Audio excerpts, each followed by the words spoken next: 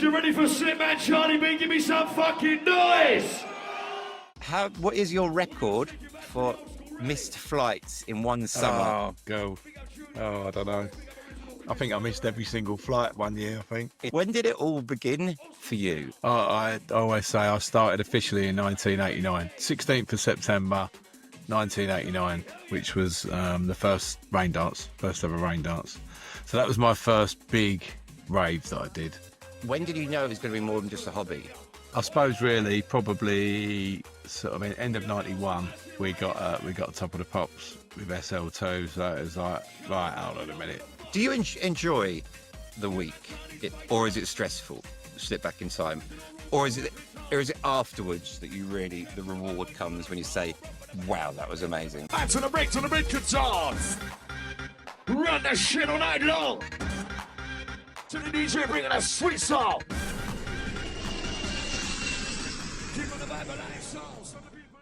How's Phil? He's all right. It's his anniversary today, actually. Do you know what? Yeah, 30 odd years, isn't it? 2 years. Yeah, no, he could have literally done a double murder, gone to prison, and got out. Well, it is murder. Yeah. Anyway, Matt, let's jump straight in. It's great to see you, my old friend. If someone told me 25 years ago I'd be sitting here interviewing you, Right. I would not believe them at all, because I used to be dancing around in front of you at World Dance and all that palaver when we were behind the bar in the West End. in the nightlife, yeah. So when did it all begin for you? I mean, it must have been. It was obviously right at the very beginning. What year was that? I always say I started officially in 1989, 16th of September, 1989, which was the first ever Raindance. So that was my first big rave that I did. I've always been a DJ ever since I was in nappies, really, I think. So were you an attendee, or were you No. DJing? No, this is my brother's event. Matt, we've had many conversations in the early hours of the morning, whether it's an after party or at my apartment or wherever. And you've told me all of this before. I know your brother was in the scene, and I've forgotten half of it. I mean, I've struggled to remember my partner's name half the time. So go back a bit further. You know, I was sort of just into DJing. I was like I was the youngest in my family, and I was just into DJing. So you know, I got into house music in '86, and the rave sort of grew from there. And 1988 it became acid house and stuff. So my house was full of, with me around, my house was full of music every day. Matthew, turn it down. And my brother was a bit of an entrepreneur as well. He actually got a job in NatWest when he was 16 in the bank, and then left by the time he was 18 off his own accord and started his own business. That was probably about 1985 or something like that, 86. From a very long time ago. Anyway, he was very, very entrepreneurial. There was all this house music and rave music sort of bubbling up indoors and around him. And we used to go clubbing together as well. And he thought, oh, hold on a minute, all these people doing these raves, a bit illegal and everything, but there's a lot of dosh floating about and stuff. So he decided to put a rave together. He was working at cab firm, which he now owns actually, down in Loughton Station. The geezer that owned the cafe next to him had the site over in Barking, the Jenkins Lane site, and then he used to take Ray Spence, who turned out to be the other partner, and he was a club promoter, and he put him, the site manager, and Ray together, and the three of them formed Raindance. Wow. Okay. So that first one, I was obviously going to be the resident DJ, whether they liked it or not. How old were you? I was quite old actually on the grand scale of things. So in 1989, I was 22. Yeah, still young, but and but then I wasn't just a nipper. Obviously after that, Raindance, all the other raves started coming around, like the World Dances, the Dreamscapes, and Raindance was the first. It was illegal first of all. Then in beginning of 1990, they got the first ever legal, full proper outside rave. And then you had people like Perception came along. I don't know if you remember Perception, and then gradually Fantasia, and all those sort of early ones. Well, Dance and that as well. Yeah, of course. And you still play for all of those, don't And it you? went from there. Yeah, I do. Yeah, yeah. Well, How mad. when you first got into it, did you realize what was happening here? Like something, a whole new culture was just going to be. Didn't have a clue. No. It was just fashion, wasn't it? It was like a craze, you know.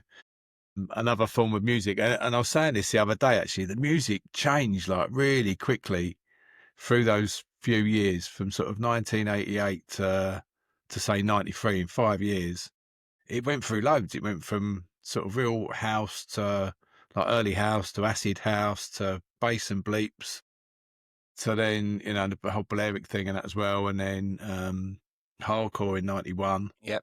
And then in 92, it went from like 130 BPM to about 160. Yeah. Well, in a year, and then the dark thing come in, and then early 90, sort of about late 92 into 93, it become jungle and stuff. Yeah. I was there when it all started splitting up into segments. I'll be strictly honest with you. When my dad was doing some of the bits down on the South Coast, I didn't really like the music. It was at that stage. I was young. I was really young. I was just like, I didn't really get into it as much.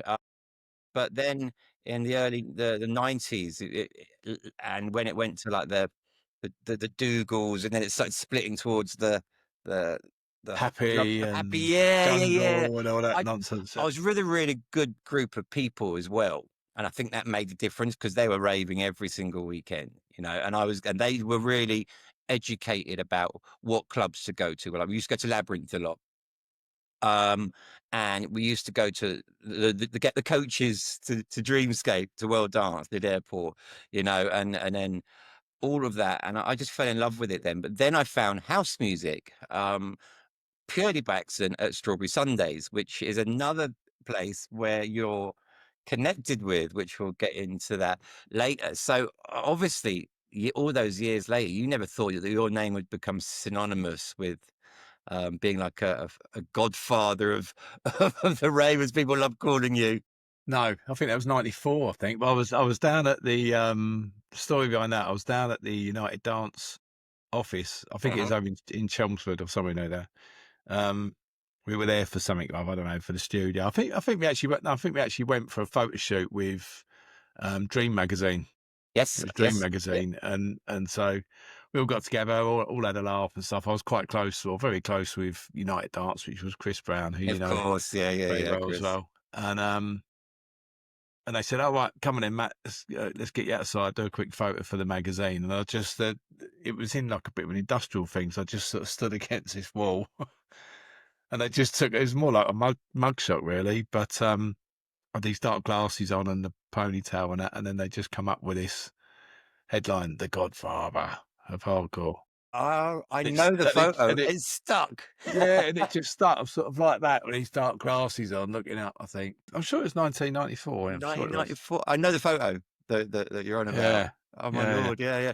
I was expecting to talk. It was talking to someone the other day on here, and I had no idea. It was Vicky Devine, and I had no idea that Chris was United Dance, and we used to go to Stevenage. I think I caught that bit actually. Yeah. And I was just like, I had no idea, because obviously we were working with him and Lee for all summers in Paradise for Tidy and all that lot.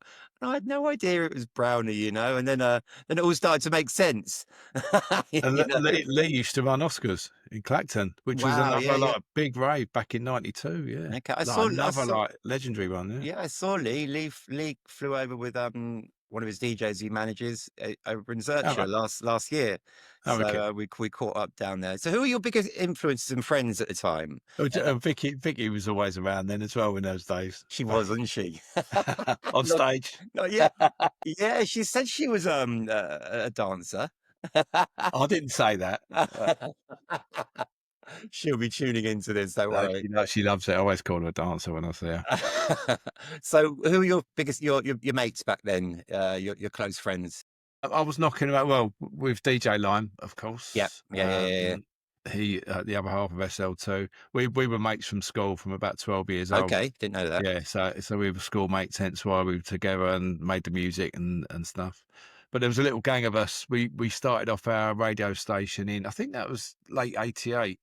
Roy FM. We had an old squat. My mates used to work for the council up there. What was it? Can't remember the name of the actual Tower Hamlets. It was, and they were doing up welding and locksmith work and stuff. They've actually gone on and done really well for themselves, actually. Pete and Darren, they managed to get into this. They knew where all the squats were because they were obviously voting for the council. So we got a squat up on the top of this tower block, Deverill Point it was, on the Hackney Marshes. And we started up our own pirate station. Just not making money or anything, just at the weekends, just somewhere to go. All them lot, I never used to, but all them lot used to smoke a bit of weed and stuff as well. And it was just like, just a sort of mates thing. So there was us, like there was me, Lime, Freestyle, DJR, Cruise, Mash, PHP. We still all get on with each other, still see each other and stuff. Yeah, I remember the old pirate radio stations. I never forget, my house got visited by the police one time. I won't explain why, but there was a load of them, and in my room there was a load of equipment. Like they weren't even 1210s. It was do you remember the old Aristons with the big knobs, the big turning knob, the decks, and they were checking the equipment out, and I was like, they think this is like a pirate radio station or something. I'm sure of it. They were like they were more interested in the equipment than what they're actually there for, which was nothing to do with me, obviously. It was the old man. So with your DJing, when did you know it was going to be more than just a hobby, and just it was going to be more of a professional thing? I suppose really probably sort of end of '91. We got Top of the Pops with SL2, so it was like, right, hold on a minute, been signed by XL Recordings. So then you start thinking, where's this gonna lead to? So that was only, before that it was just brilliant. We were going out and going out and earning a bit of money, and we were doing the odd PA here and there by that time as well. But yeah, no, it was good bit of money and stuff, but it never felt sort of permanent. It was just a rave scene. It was illegal sort of 2 years before. What were you doing before the rave scene then? You were just at college, or? When I left school at 16, when I got my ear pierced, day I left school, because I weren't allowed to have it done when I was at school. I got a moped at 16 and then started doing some delivery stuff for my brother for his business that he'd started. And then eventually I become I thought, well, I can't do this forever. I was enjoying life and all that, having a really good time, but I thought I've got to sort of think about doing something. So I become an apprentice electrician. Okay. With someone that I knew quite well, and that was really good. We ended up doing all the electrics for Raindance and that for the first couple of years. But it got to the point I finished my apprenticeship in the summer of '91, just as I got signed to XL Recordings.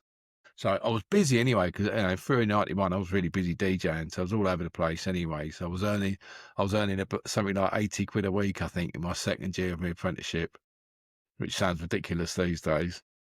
But I was probably going and earning like 300 or 400 quid a gig at the weekend. That's mental. It was quite mad, but I finished it off, and then it was just like, I couldn't carry on. I was doing all right for myself. Then got signed to the record label.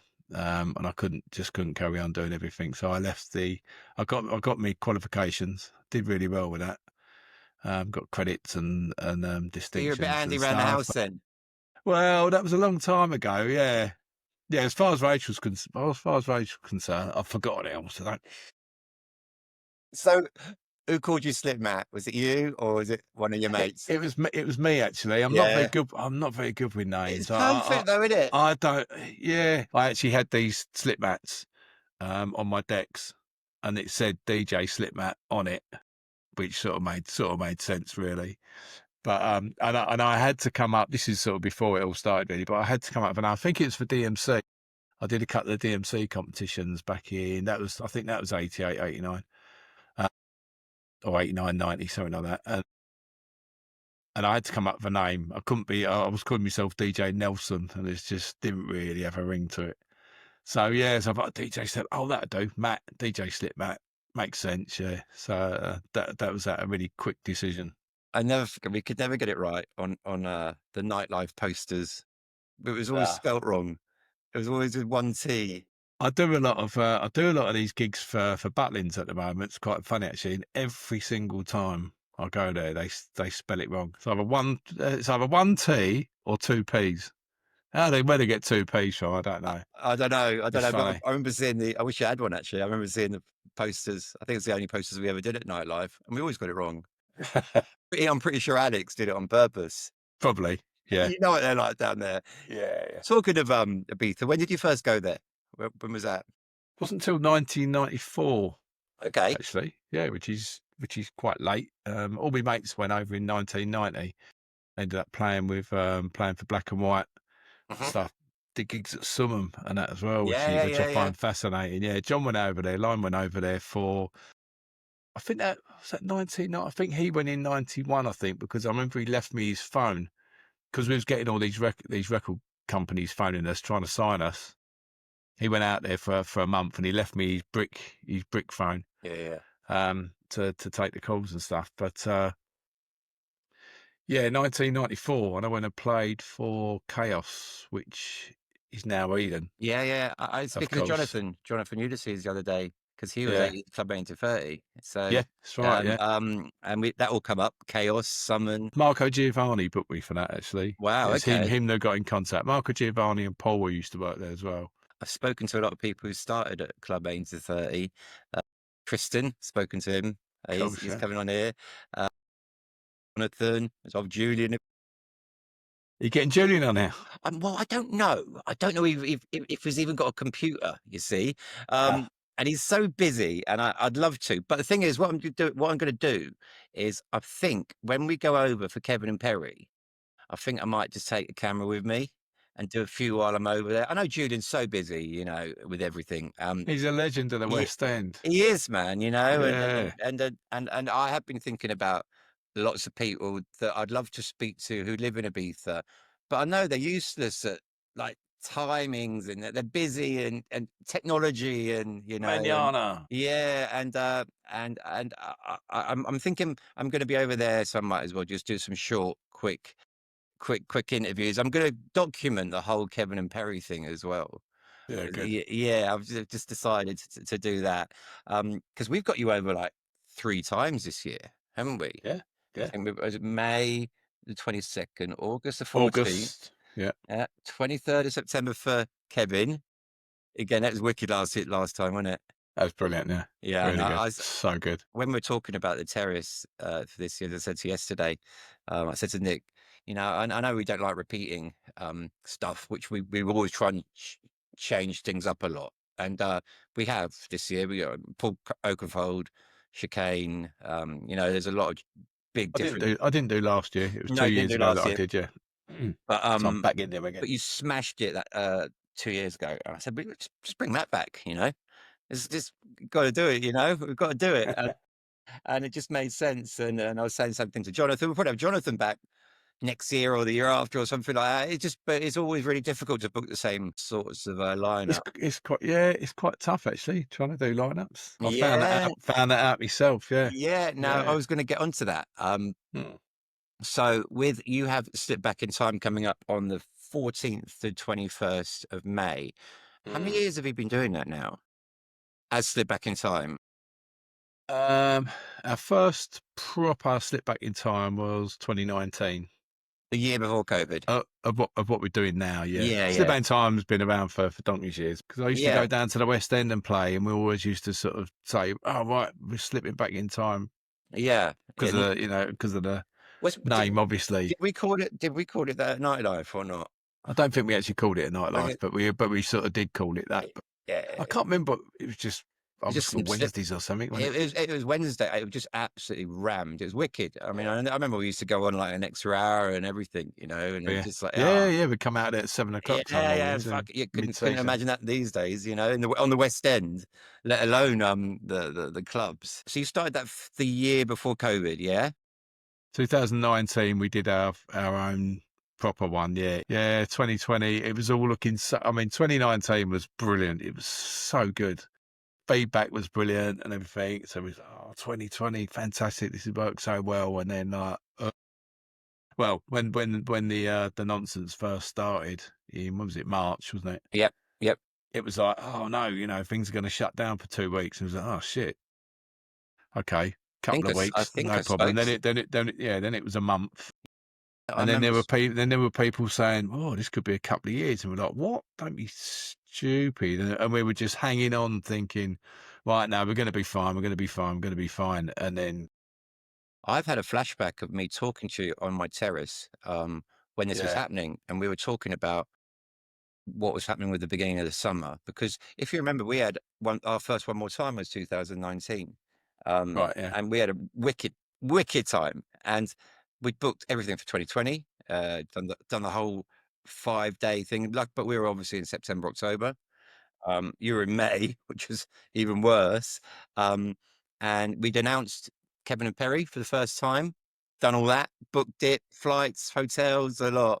And yeah, and I remember speaking to you when this COVID thing started up, because I remember God, this was March, you were May, and it was just like, oh my Lord, what's happening? So we yeah. rolled a lot of people over Mm. to, well, not even to 21, was it? It was 2022.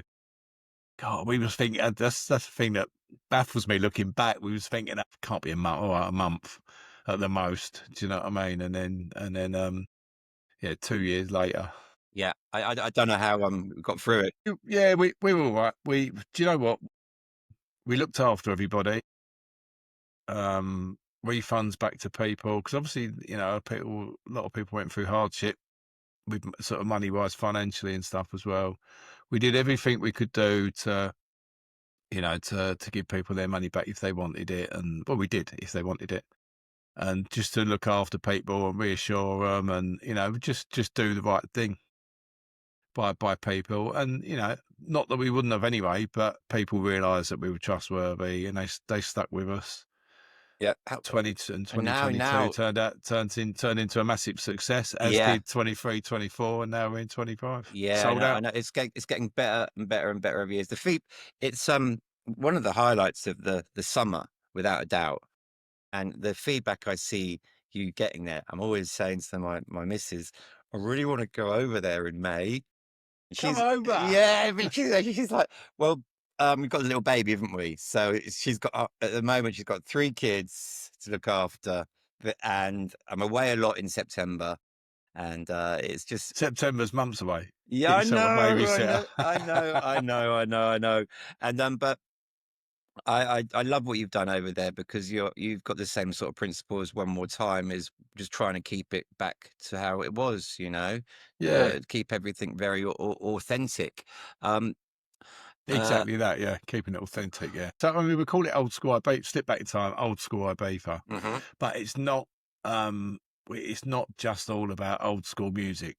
If people, a lot of people think, oh, it's just all over. It's not. The old school part of it is probably even more about the culture side of it than the music. We all love new music as well. A lot of the music we play throughout the week is new stuff. Very classic-y, lots of remixes of stuff and that as well. But we do play new music. It's not just all those same old like tunes from 91, 92. Not by a long way. Yeah, It's all about the culture, and when people go off and say, "Oh yeah, but Ibiza, it's not the same anymore. No, it's changed and it's got all really expensive." Our hotels are all inclusive. Prices aren't through the roof anyway to start with, so you don't have to spend a penny during the day if you don't want to. You've got all your food, all your drink, everything's there, snacks and all that all day. And you just need a couple of quid in your pocket for the evening. You get all the club entries are free, so just for a couple of expensive drinks in the evening, you don't have to go. It's not the don't have to go most like crazy. where we go aren't the most expensive venues anyway. I mean, look, Stormham and places like that, Yeah, and yeah, yeah, they're not silly money anyway. And where we're all together all the time, we're not all split up, so we're all sort of all together in the same hotel complex and all that. To me, it feels like much more like the old days than it does if you was to just go to Ibiza and for a sort of random holiday. I've got to take my hat off to you as well for managing to pull off a holiday where everyone books in and buys into your accommodation, because we tried this. I suppose it was a little bit different with our our One More Time worker thing, because we did a workers holiday. Now the workers nowhere to stay, because they worked and lived there for years. So they're clued up. Yeah, they're really clued up. And we had a lot of people who attend, but a lot of people decided to pick their own accommodation. Whereas I see with you guys, everyone wants to stay in the complex with you. Now that's amazing. It really is like a sort of family sort of feel. Yeah. Do you know what I mean? It helps me. Obviously, it helps being all inclusive because everyone wants to. The only trouble is with all inclusive, you can't do anything else during the day because you can't drag people away from the bar. You got a free bar there from 10 in the morning till 11 at night. It works for us. It works for us, and we all love it. Everyone seems to love it anyway. We've done a few daytime things, and I think our demographic prefer like maybe in Ibiza the more nighttime sort of stuff. Yeah. They like to be chilling out by the pool in the daytime and not getting off your nut at the zoo or something like that, or Bora Bora like we used to. That's a day after thing in our day, though, isn't it? We'll be out all night and then we'd carry on. How involved are you with the lineups? Do you book the line? Who does the lineups? Was it yourself or? Yeah. No, I do, yeah. But we all put our ideas in, yeah. Yeah. It's not just down to me. It's not all down to me, especially to all those DJs out there. Find it really tricky actually, because I'm very, very strict with it.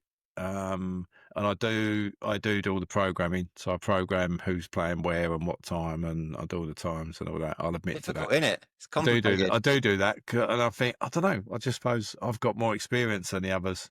Yeah, I do see a lot of promoters. Their programming sometimes I think it's awful, but it's I suppose not their fault necessarily. They're just not so clued up. I suppose I couldn't do it.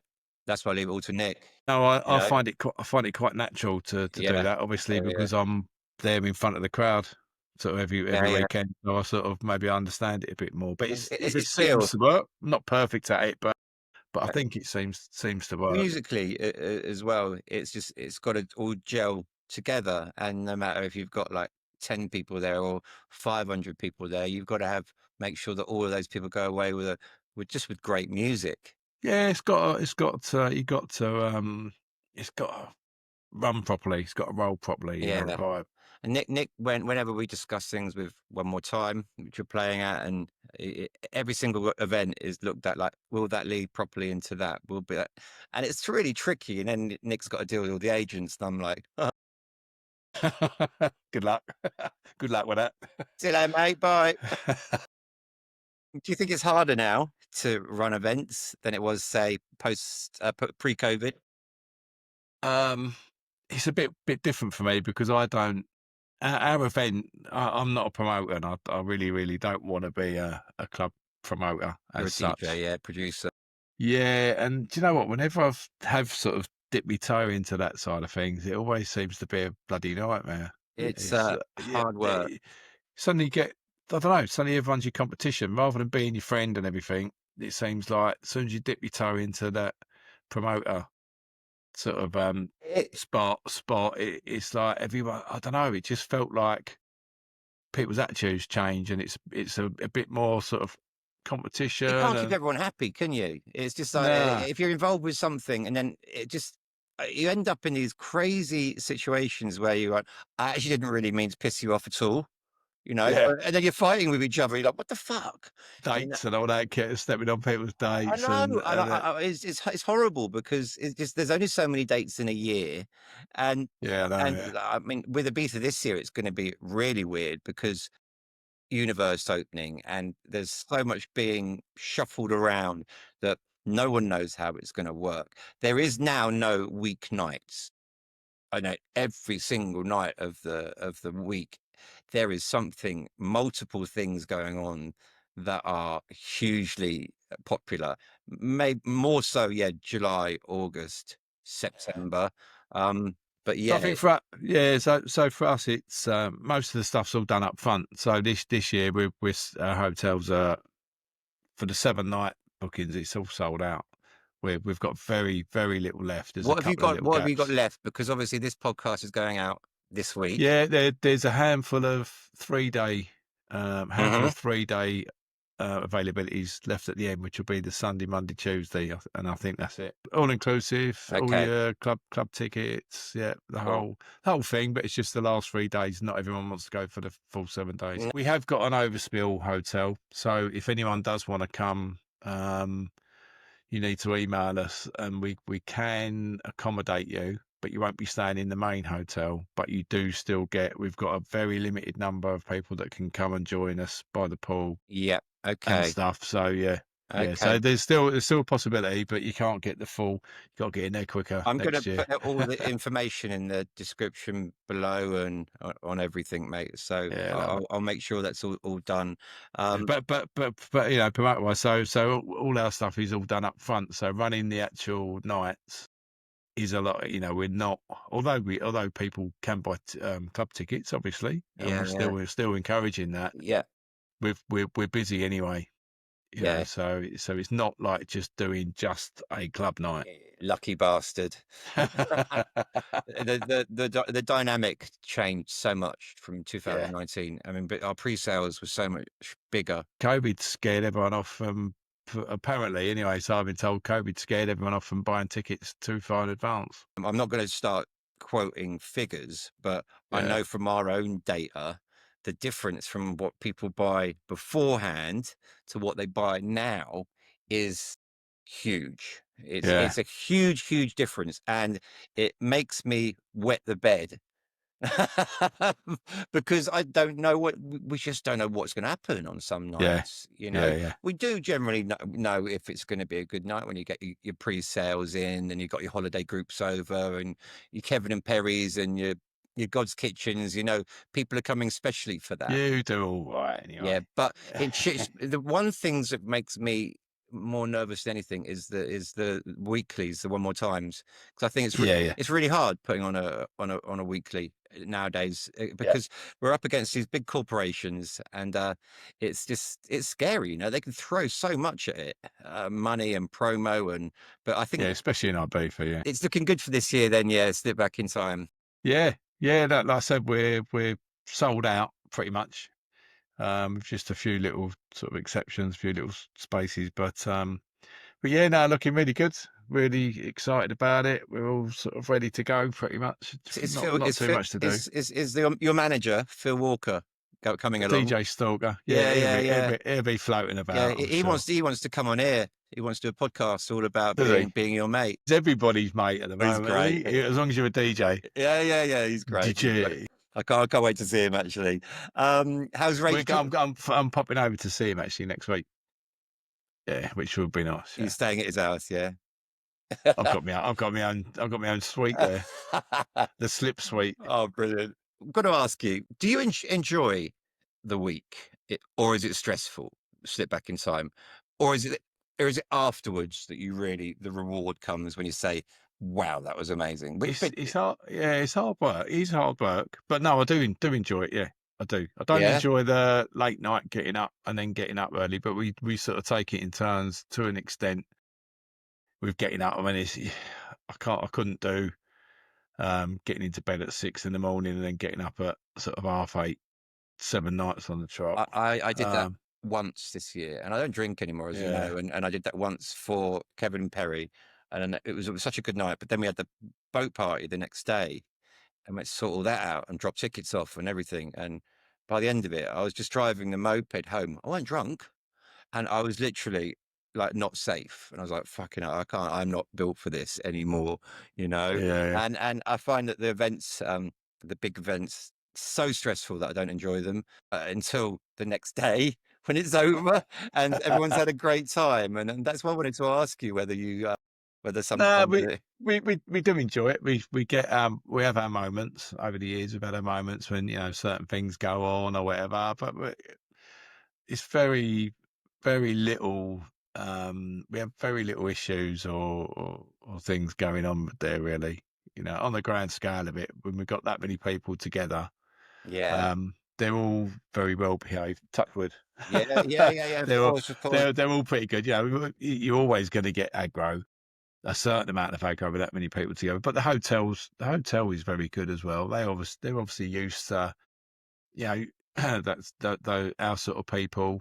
in that environment. You know, been out clubbing all night, so some people can get a bit tipsy and whatever. You know, the hotel's used to it, and they actually love our crowd. Our crowd is so good compared with the regular people that get in there. Well behaved as well. Yeah, everyone looks out for each other. We even get a lot of single people coming on their own, women as well, and everyone seems to get on. Everyone, like I'm saying, everyone looks out for each other. We encourage that as well. We say, look, you know, if you're out and about and you recognise people from the hotel, make sure you sort of ask, you know, if everyone's okay. And what's the demographic then? You have your solo travellers coming. You have your, what age is it? Is it all ages now? Getting older. Getting older every year, obviously. We've got a lot of 50th birthdays this year. Not really that many people under 40. Okay. I wouldn't think. We do get a few. We get a few. Okay. But not that many. The average age is probably somewhere between 40 to 55. Mate, 60 I've got to get now. myself out there. What's should going on? I'm having words with her indoors when I get home. I think you should. Yeah. No, as Alpha Daily would say, yeah. Indoors. I'll just say I've got stuff to do. But the thing is, she knows Nick's over there doing everything, you know, so she doesn't believe a word I say. She said, no, you don't need to be over there. So yeah, no, that's and you get your solo travellers as well, and that's always a good sign. Yeah, no, we do. Yeah, we get people from other countries as well. We get people coming over from Tenerife. We have quite a few. We've had quite a few people from Tenerife come over. People from Germany. People coming on their own from Germany. We've got people come from France, Australia. I think we've got 2 or 3 people come from Australia. Three separate people come from Australia this year. We've got a couple coming from New Zealand. Yeah, so. And it's 7 days. 7 days. That's one thing. I don't know how some of them do it, because some of them do absolutely cane it. You know, and they're not getting, like we were saying, they're not getting any younger. There's a few people that really do sort of smash it. And I just think where they find the energy. I suppose, I don't know, maybe they get a really good rest, good run up to it. Of course they do, Matt. So, because when I looked at you, I was like, 7 days. You know, I couldn't do 7 days nowadays. You know, I know. We barely do one. We do, we do a little thing. It's like 5 days at the end of the year, and I see the same thing. Some of them, they're absolutely smashing it all the way through. I'm like, how are you doing this? Day after Kevin and Perry, they've been smashing it all night at Kevin and Perry. The difference between me and you is we do actually have to do stuff the next day, don't we? Or whether it's the day after that, we have to actually do some stuff. These people are on holiday, so that's a good excuse for them. I mean, the energy on the boat we had was just mental, and they're all over 40, and I was just like, I was expecting like literally a 50% no show. And I think it was 10%. Yeah. I was just like, oh my God, this is incredible. Yeah. So yeah, unbelievable. So just moving on to music. I've remembered you since your vinyl days, and you've always been pushing the boundaries when it comes to tech and using CDs and then your controllers and this and that, because I'll never forget when you walked into Coastline with CDs that day. I never forget it. And I was like, what's going on? Because it was just that time when it was switching from vinyl. Yeah. And you were you're a really early adopter, weren't you? I wasn't the earliest, but I think it was 2003. Right. Yep. I think. I remember playing at I remember we were doing the Helter Skelters at S Paradise. Yeah. S Paradise had a set of the early Pioneer 1000s. Mm-hmm. And I remember thinking, oh, right. So I was still playing vinyl at the time. Yeah. I remember thinking, right, so if I can play CDs in there, I can then go on my computer, chop all my record the vinyl in, chop it all up, switch it all around, remaster it, and make some edits. And I did for that year in S Paradise. I did a couple of CDs worth of like edits and stuff and played them in there. And that was it. I was like, right, I'm off, sort of thing. And I found something else I could do other than just playing vinyl. And, you know, nothing against the vinyl, but you put it on and then you take it off at a certain point. You can't move around it. So which do you prefer, vinyl, digital, or is a controller? I'm a digital man. Yeah, really. Yeah. Because you moved over to controller quite early as well, didn't you? I did, but that was because with the controller you could do so much more. You could have all the different cue points and stuff. So I started using Tractor. Tractor had different cue points, so you could go from one part of the tune, keep it in quantize, and just push a button, and you had another bit of the tune. And that to me was like, oh wow, that's so cool. It just changes, like opens up a whole new world to what you can do with the music as a DJ. So that's why I started using the controller, and then took me a while actually to get over to record box. I should have done it a couple of years before, really, but it was just I was so just sort of set in my ways. I knew how to use this controller thing and that. But then finally moved over to record box in about when would that have been? About 2017, I think. Something like that. 2016. I think I it was remember around you that used time. to turn up with your controller. Yeah, that case. Yeah. That's right. And talking about music, what's do you always bring like a broad range of music with you wherever you go? Now, obviously, because it's digital, it's yeah. Well, USB. You know, I've got thousands of tunes with me. You imagine carrying all those tunes in vinyl boxes. You can't do it. You can't do it. Anyway, Phil can carry some for you anyway. Yeah, cool, chef. Forgot about Phil. Yeah, happy And anniversary, Phil. yes, happy anniversary. Are there any particular rave tunes that you still drop religiously? Yeah, there's loads. I've got my sort of main playlist of 91, 92 stuff that I drop. I try and mix up. It's so much, but again, it's so much better with digital because you can have so much music there, and it's easy to just search out where they are as well. Right. If you need to. So for me, the whole digital thing has made DJ much more exciting in a lot of ways. That's good. That's a good. I did actually dig my decks out. I don't know if you can see them from here, but I did actually get my decks out. They're tucked behind all my tunes there, the other side. But I did dig them out and set them up again. So I'm going to go through all my vinyl again and just see if I can find some sort of hidden gems. I bet that'll bring back some memories. Yeah. I'm going to try and do that throughout the rest of this year. Just it's not so much that it's just you forget tunes, from a long time. Yeah, you forget. I'll tell you the main one for that was playing at Strawberry Sundae. That was my next question. Right, yeah. So I look back to Strawberry Sundae and I think, fuck, what were all the tunes that I was playing there? I was playing a lot of old school, stuff, but I also as I sort of played there more and more, I started getting into what they were playing as well, and sort of mixed it up with old school and the tunes that were big there, sort of quite hard housey. It was pumping house. Yeah. It wasn't actually hard house, but it was leaning towards that. It used to be. Strawberries ended on hard house. The harder tip with Chris Martin back at Drury Lane, and then it kind of, when it went to Cloud 9, it was more of that pumping, funk, uplifting, And I remember seeing you on the lineups. I was like, my God, because I didn't know you until Nightlife in Ibiza. So it was just this was my next question. How did you get into playing for Strawberries? Because you were a rave DJ. It was Conan who used the late Conan. He phoned me up one day. He said, "Oh, Matt," he said, "do you want to come down and play at Strawberry Sundae? We want some old school." And he wanted me to do an old. He loved his old school, Conan. For people watching this, I used to go to Strawberries I think it was some of the very first events at Drury Lane, and then When was it at Cloud 9? What year was it there?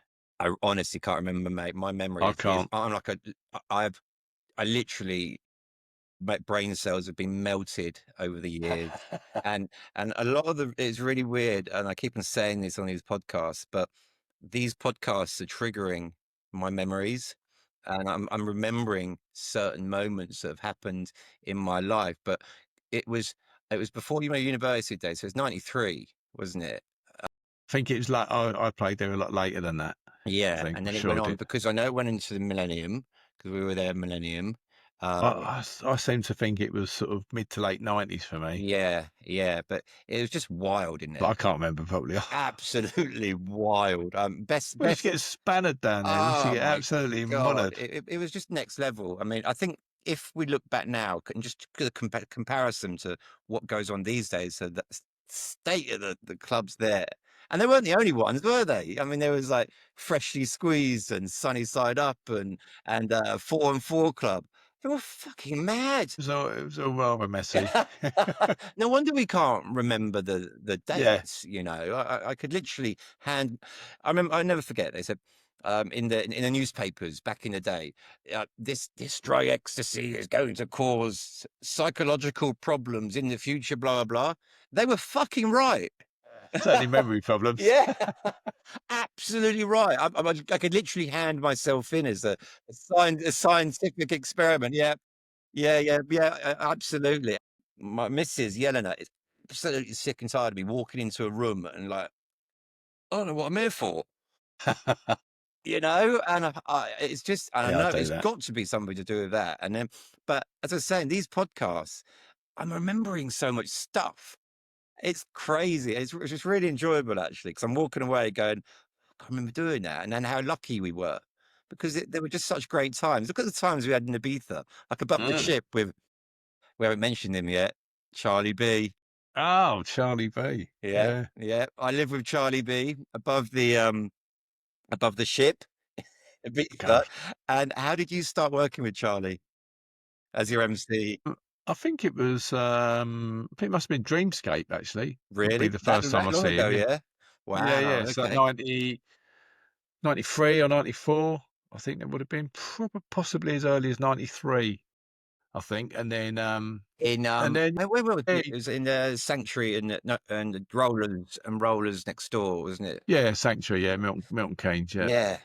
And then just sort of got to know him through doing that, and then he ended up sort of coming out the road with us, and he was part of. There was like a circle of us that were knocking around sort of towards the end of the 90s. Sort of me, Vibesy, Charlie B, and then me mates Bill and some others, Lively and stuff. Of course. We were all sort of a bit of a crew. Slam, DJ Slam, Declan. I don't know if you remember Declan, but yeah, and so yeah, and then I think I introduced Charlie to Ibiza. I think I did. I remember the first time I saw Charlie. I think it was you were playing over there, 2002, and this geezer just walked in. Bowled in, yeah. I'm Charlie B with this Charlie B tattoo across his Johnson fruit with that bowl. Yeah. And then he was it was right at the beginning of the night, and thought nothing of it. And then all of a sudden, halfway through the night, there's this Charlie B geezer on the mic. Yeah. And that's when we realised who he was. And I think that was the year that he was over with Club 8 to 30. Maybe it was Helter Skelter. Yeah, and I think maybe it's Helter Skelter. One of the first Helter Skelter, maybe it was what he come over, yeah. And then he ended up staying. Yeah, funny enough, he used to do that quite a bit. Yeah, I've been coming around my house a couple of times and then staying for a month or six months. I've got another funny question to ask. What is your record for missed flights in one summer? Oh, God. Oh, I don't know. I think I missed every single flight one year, I think. You did, didn't you? Yeah. I was trying to think when that was. I think it must have been sort of early noughties. It was. I mean, not the 90s in Ibiza were mental, absolutely mental. With I was knocking around with Chris Brown and Brad Carter and all those people doing the Sundances and stuff. But in the noughties, I was coming over sometimes twice a week, I think, because I was coming over on the Sunday to do Helter Skelter some weeks. Yeah. I was doing some Sundance as well on a Tuesday. Wednesdays at Nightlife, and then the year after that, I was doing, I think it was Thursdays at Play 2. Right. So, and I remember because I was so busy at home and that as well. There was some weeks I was flying backwards and forwards twice, and then I think the most flight. I think I'd actually booked a flight up 3 times once to get home. I remember. Yes. Yeah. I missed one, booked another one, and then missed that, and then just about. We always used to see you bowling around the West End the next day again. You've done it again, haven't you, Matt? You've done it again, and a lot of the time you're up above the ship. Yeah, just absolutely. Oh, no, it was great time. Yeah, but looking back though, man, yeah, you used to end up in like some bit. I remember one ending up in a villa somewhere. like miles away, no signal on my phone, thinking, what day is it? And then realising, shit, my flight's gone. And just so many sort of bits, so many times like that. But yeah, I'm not mad in every part of my life, but for those sort of year or two, I it was good. remember. It was good fun. It was really good fun. And looking back, I'm so glad that I went through that. I remember Charlie saying that around that period. I don't know what's got into Matt, but he's like a second youth or something. Just loving life, yeah. Yeah. Because he's missed every flight. Oh, this is Charlie being concerned about something. Fucking hell, if he's worried about me, maybe I should have been a bit more worried. Yeah, no, but yeah, there's another person I'd love to get on here. I'll get him out. I can get him out here for you. That'd be great. That'd be great. I'm gonna hopefully get on the phone to him soon. Compared to now, obviously we've just been talking about the old times, the good old days, as people would say it. How do you think the culture has changed? All round, it's changed, and that when we were not growing up, when we were going through our sort of earlier clubbing life, we used to go clubbing every week. Every week, I started going clubbing every single Saturday. I was going like sometimes like 3 or 4 times a week. Yeah. I was like Saturday, Sunday night at 4 Club, literally getting the tube back to university Monday morning, straight from the club. But I don't think you can. I don't think is there weekly clubbing now? Is it I haven't been in the UK. I mean, no, it's not really. Yeah. So it's sort of pretty much died off. Yeah. So I mean, there's still lots going on, but it's just events. Big now. Events. Some of them are quite fairly regular. But I don't really know of much that's weekly. Yeah. But as well, on top of that, you've got all this VIP culture stuff, which I'm really not into that. Yeah, I kind of it's not my cup. Yeah, and I look at some of the youngsters and I think, oh, you're getting sort of almost conned into spending all this sort of money on really expensive stuff just to try and make yourself look good. And on social media, it doesn't. Yeah, you're just all round. Yeah, I think now it's. I'm not totally knocking it. I'm sure these people are enjoying themselves. But for me, from an older person's point of view that's been through it all, I don't think you're knocking it at all. I just don't think they know any different. No, they don't. We are really fortunate that we still hold events that have the crew that know how to really party, hard. Really party, yeah. It's not about chucking away a bottle of champagne or turning up in the most expensive, clobber and watch and all that sort of stuff. So with Kevin and Perry and that week as well, it's we have that crew over and it really does. It's like a time machine goes back. Like you're very much the same as us. Yeah, I'm really honoured to still be able to do that and have all the old school social media groups as well. And it's really weird now because I'm seeing lots more of them pop up. There's more retro Ibiza groups coming, and a lot of the more cooler social media magazines. A lot of their content's now old stuff, and you're like, all right, okay.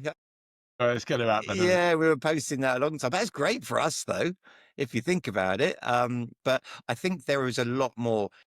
If you put a video up of Space Terrace going off compared to, I don't know, some of these clubs XYZ going off. Some of these clubs have all got their phone in the air. Yeah. I mean, the difference is wild. But I think the social media, it sometimes may get a bit of a hard rep because when you see some of these really bad images or videos of it just being photo of people holding up, it'll go viral really quickly. Yeah, and it's probably clickbaity as well. Yeah, and you got to understand when you got your. There are some events I've clearly seen that still have it right off. I mean, down on Zurcher where I live, they've got these Darren Styles, people like that. That sort of. I know Darren very well. Yeah, this is who Lee come over with. Lee I know Darren very well. Darren was obviously False and Style, so we were close back in the day. And these kids are proper partying. I mean, they are stomping. I know it's really the BPM is obscene. I don't know, God knows what it is, but it give me a heart attack. Probably about 170. Yeah. I was like, Lee, what are you doing here, mate? You can't be doing this to yourself, You're in your 50s, man. He goes, I don't even hear it now, because he goes with Darren a lot. He travels with Darren a lot. Yeah, he manages Darren, doesn't he? Yeah. And I was with that when I went down there to see them, but there was no phones, and they were just smashing it, bang with that funny dance, like. Good. But yeah, no. So I just think that sometimes you'll get these events that get these cool DJs, and the Instagrammers turn up, and all they're doing is filming, and that will go viral. It's a distraction. That's the problem with it. You're distracting yourself away from what's actually going on. You need to be in the moment. Yeah. It's not that it's a phone. It's a distraction. We've all got phones. It's a distraction, and if you're there doing something, you should be there doing it. Really, if you want to get the most out of it. Yeah, I think people's approach to raving is a little bit different nowadays, and it's still good. In general, it's still absolutely brilliant.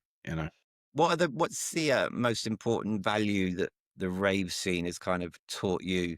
Peace, love, unity, and respect. Plur, innit? Plur. I've only just started realizing what that was. I said it to someone the other day actually, and they was like, "Oh, what's that mean?" Is it a new thing, plur? Because it's been going since the early 90s. Well, no, but the actual phrase plur.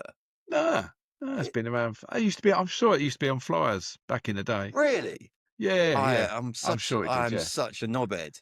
Honestly, I catch on to things like 30 years later because I've seen it in hashtags. What's that? Is that a youngsters thing? It's me being absolutely stupid, No, but that's true. No, peace, love, unity, and respect. Absolutely. He's a bit of a rave, Yeah. And a rave thing.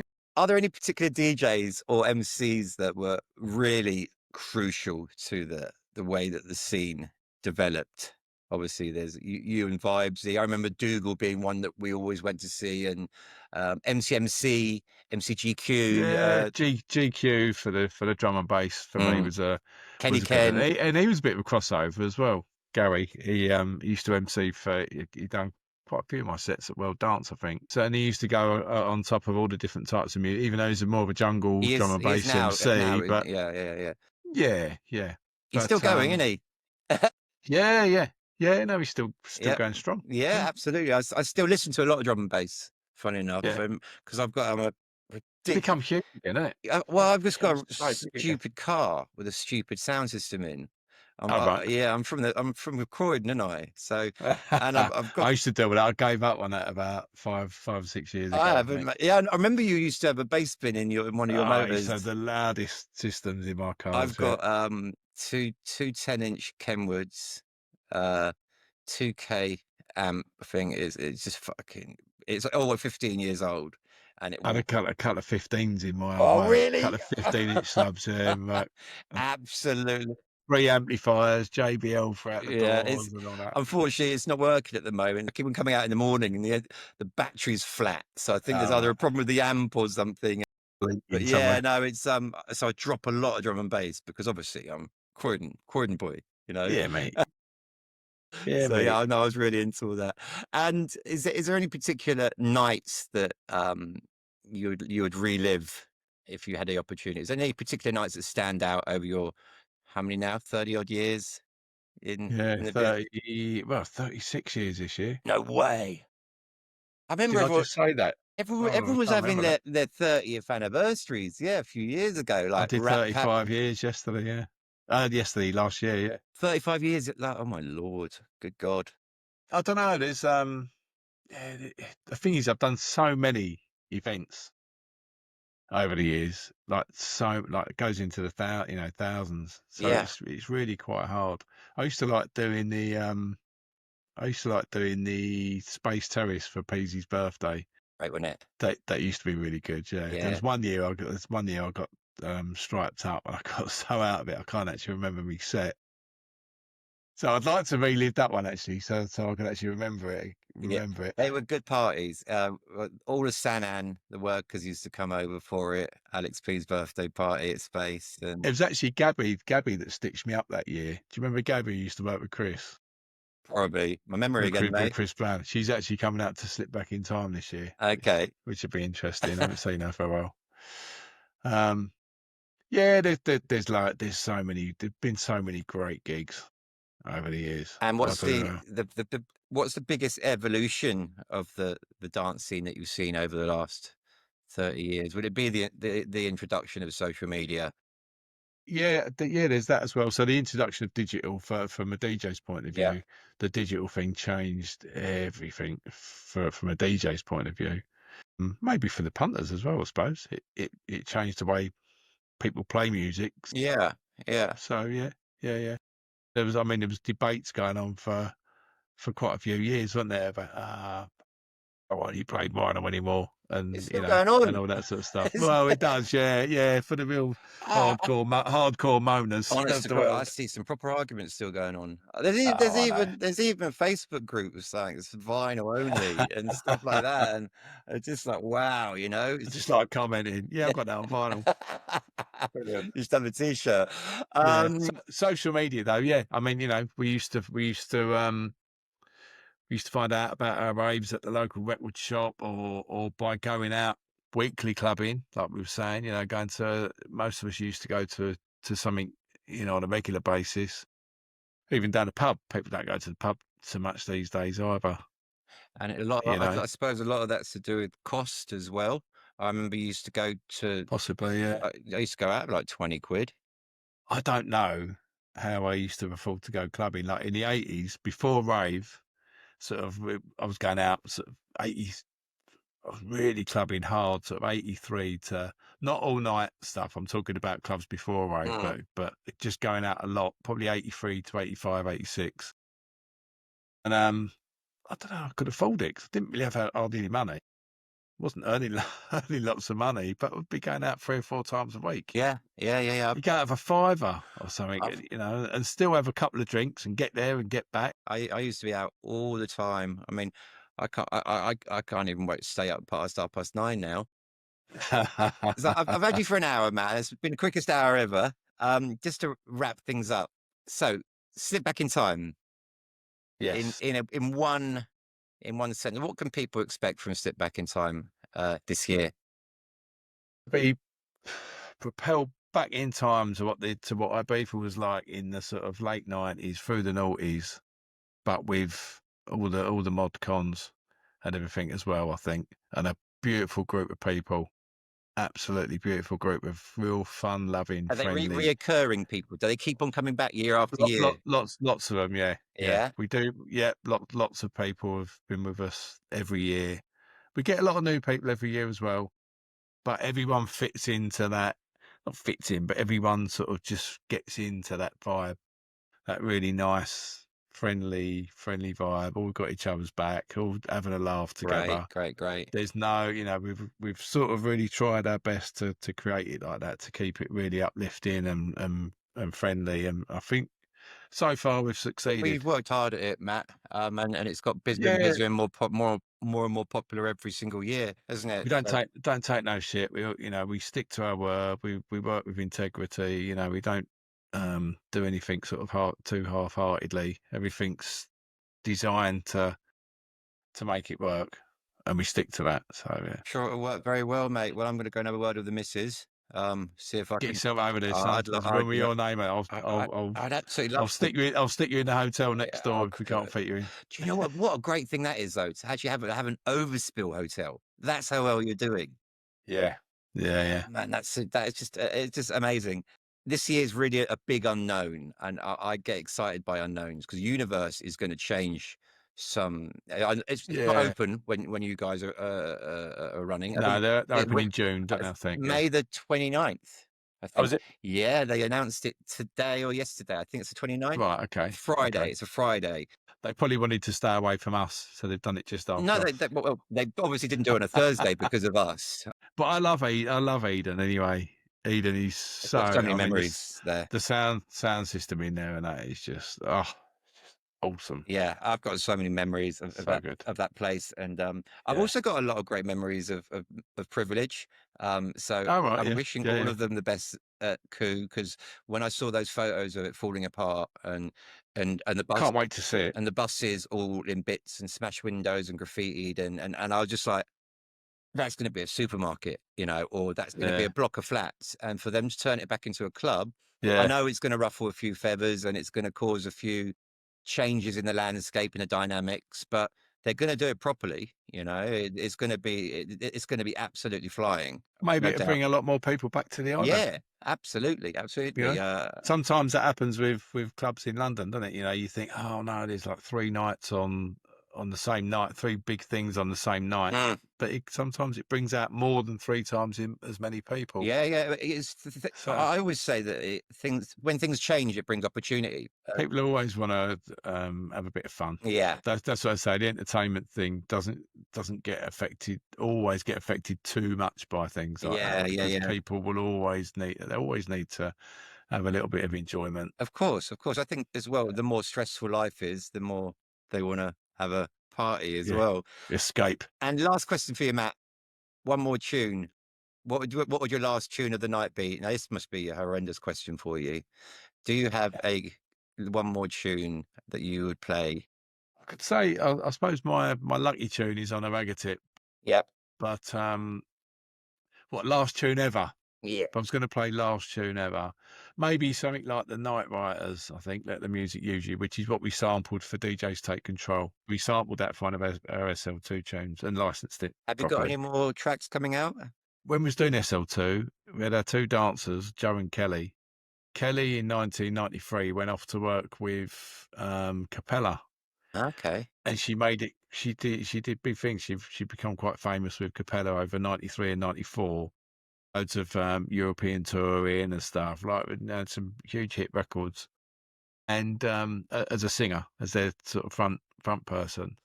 And she left in 94. Then she went off and had a career with Kiss 100 for about 20 years. I think she had kids, got married, and had made this really good career with Kiss. And then a couple of years ago, she decided to get back to performing again. She did a comeback thing as Kelly O. Okay. Ex Capella. She's not with Capella anymore. And she's performed again. So I've done a couple of tracks for her. We did a version of Take Me Away, the old Wow. Take Me Away. Yeah. So we did a version of that I think that was last year. We've just done. Is that out now? That's out. Yeah, you can get that. I'll drop the link in as well. Into the description for that. We've just done a version of You've Got to Know, which was an old Capella track. Yeah. So I've just done that with her. I've just done a mix of that with her, which will be coming out very soon. I can update the description anytime as well. So if you look listening to this in the future, it's more than likely down there now. Yeah. And loads of other stuff going on. Great. Just done a remix for K-Class with Odyssey Inc., which is coming out. So we did that a while ago, but that's coming out soon. Yeah, my plans for music production and stuff, I've got massive plans. You're just finding the time to do it, but there's going to be a constant flow of music for me. Is that your one passion, you think, for production? Yeah, massively. Yeah. Over DJing or no. Or is it two different things completely? No, not over DJing. They work hand in hand. Yeah, you wouldn't pick one over the other, no. DJing always comes first, right? Okay, but a massive passion for making the music. Yeah, obviously, yeah. Awesome. Yeah, totally. I just wish I had more time to. It's like in this busy world we live in now, with all the social media and all the other stuff, and running a business now. Like it's not like I'm having too much to drink and stuff, and enjoying myself. I mean, because a lot, we have to post a lot of stuff out, and it goes out quite late at night and stuff. I'm sitting there at 8 o'clock at night, and I'm just thinking, what the fuck am I doing? You know, it's just like I should be in front of the telly watching EastEnders. I don't stop these days really. I must do like a 70 or 80 hour week, I think. Yeah, me too. And then people say, oh, well, what do you do for a normal job then? We are lucky. I'm very grateful. Oh, I'm lucky. We do and it's not actual work. It's not really. Work. Some of it's a bit of a ball ache, like you said earlier, with the promotional side of stuff. I mean, that can get really gnarly and just like you just don't mean to butt heads with people, but you end up doing it. And it's that goes from booking DJs to clashing with other promoter dates to it's hard work, but I don't look at it as a job or actual work. I do it because I want to do it, and if I didn't want to do it, I'd do something else anyway. So anyway, Matt, I can't believe after all these years, we used to be sitting in one of my friend's bedroom, and we used to plan who we were going to go and watch if there was different arenas, and we always used to say we've got to go and see Slipmatt. You're one of them. Thank you. Vibes, Thank you very much. Vibes, Dougal, Slipmatt, Kenny Ken. I think it was a couple, but it was always those three. Vibes, Slipmatt, Psy. We used to go and watch. Psy, yeah. And then it was weird that then you popped up at Strawberry Sundaes. Then I was behind. I never forget when they said to me at Nightlife, "Oh, we've got Slipmatt coming in to play on Wednesday." I was like, "Oh, fucking hell!" And then it turns out they knew Duncan, Disorderly, and I was just like, "Oh my lord!" So yeah, and they ended up in Nightlife for a couple of years. It was great. Yeah, I think I only did 1 year there. I think because it moved on a little. I think I did. I think it was like every other week or something for 1 year. 2002. It was every week. I think. And then 2002 every week. Yeah, it was something like full on. I loved it. I was honestly, because I didn't know what nightlife was. When I went in there, I just thought I just needed a job, and I was blessed that it was like Alex and Dermot there, and Ray Davis and people like that, and I'm just like, I've just so landed on my feet. Anyway, Matt. Thank you. Thank you so much. I look forward to seeing you in May. Slip back in time. I'm gonna go and proper work my magic now. And then one more time on the what date is that? You're doing 22nd of May, 14th of August, 22nd. 23rd of September is Kevin and Perry, and hopefully you can stay over for God's Kitchen as well. We've got Fergie over for that. I know you're a good friend of his. Yeah. I love Fergie. Yeah. Fergie, Eddie Halliwell. That's on the Saturday, so maybe you can miss a flight. I'll say yes. Yeah, see if I can miss a flight. Do you remember the days we used to rip each other's tickets up? I remember the Kerry from Gorman's Garage. Do you remember Kerry? Yeah. If any of us staff ever booked a plane ticket from Shaggy from Ibiza Travel Shop, and she saw them with it, she used to get it and literally rip it into pieces. Rip it out. They were mad times back then. Mad times. Some of the things we did. Thank you so much for sparing the time, and I will see you in Ibiza. My pleasure. Thank you. If you're ready for Slipmatt, Charlie B, give me some fucking noise!